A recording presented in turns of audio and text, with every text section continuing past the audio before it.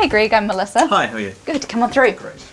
We're going to follow a typical audiometry test session with an adult client. And so, what brings you in today? Well, I'm having a bit of trouble hearing in background noise. I listen to a lot of live music.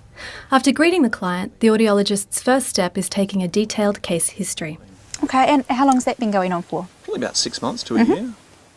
The history allows the audiologist to elicit information about the patient's main concerns, their hearing and balance history, and other relevant medical background information.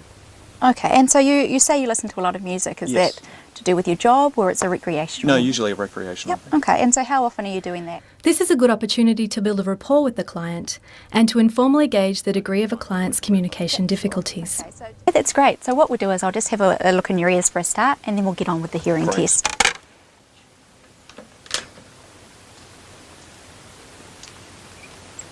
Okay. Important clues about some conditions that may affect hearing can be obtained through an otoscopic examination of the client's ear canals. Good. And we'll just check the other one. Otoscopy also establishes whether the patient's ear canals are sufficiently free of wax or other debris to proceed with testing. Yep. Okay, so just through into this room here, we're going to do a tympanogram now. Emittance audiometry is sensitive in detecting middle ear disorders. Well, what we're doing is just checking how your eardrum is moving. So it gives us an idea of your middle ear function. So I'm just going to put this little rubber tip in your ear. You'll feel a bit of a change in pressure, but you don't need to do anything. In tympanometry, the mobility of the middle ear system is measured while varying the air pressure in a sealed ear canal. Emittance audiometry also provides an important objective cross-check of the pure tone audiometric results. Now for the audiogram. Here we go, just have a seat there. Here we go, so I'll just give you that button there. Great. So what's going to happen is I'm going to put some headphones in your ears and you'll hear beeps in one ear at a time. So whenever you hear a beep, you're just going to press that red button, even if it's very soft. Right. Okay? I'm just going to put these in your ears. These are right clipped onto your jacket here? Yeah, sure.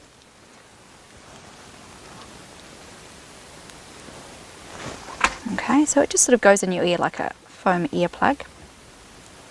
The procedure for establishing an audiogram from an adult client begins with air conduction testing using pure tone stimuli.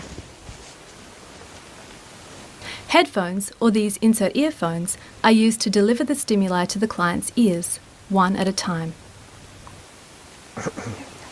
The client responds to the sounds they hear, usually by pushing a response button.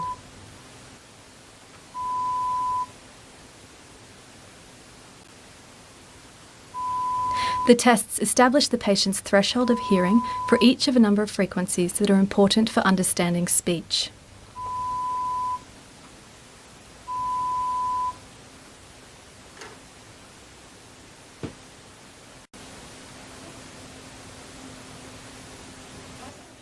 That's good.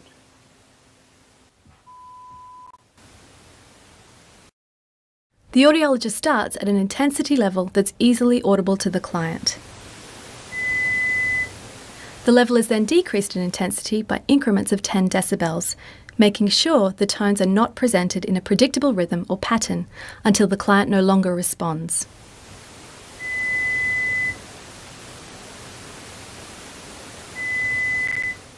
At this point, the intensity level is increased in 5 decibel increments until a response is obtained.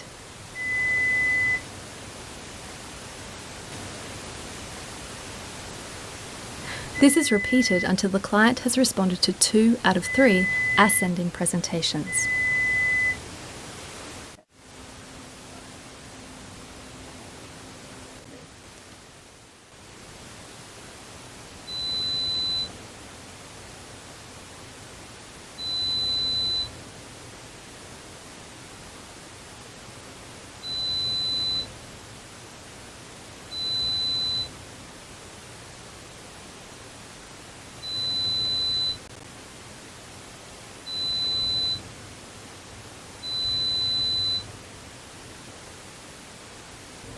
On the audiogram, the thresholds are recorded as crosses for the left ear and circles for the right ear.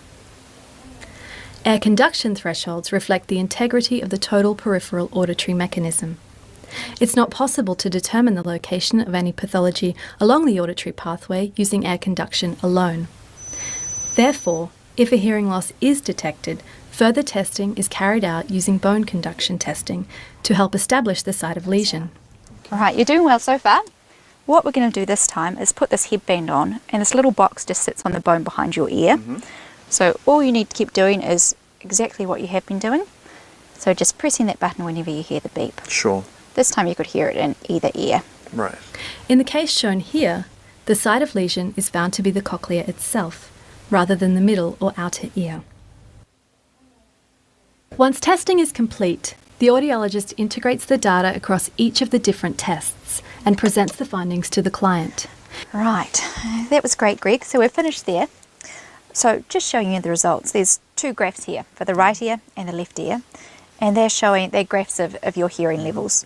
If necessary, the audiologist may provide some counselling on hearing or balance difficulties and make recommendations regarding rehabilitation or further assessments. Looking at these low into the mid pitches here, your hearing's looking absolutely fine. What's happening is as we get into these higher pitches, it's sloping off down to a more mild through to a moderate hearing loss, just at the very highest pitch there. A formal report is usually prepared and sent to the client, as well as to other relevant health professionals. What I'll do is write out a full letter with a copy of the results and send them out to you in the mail. Okay.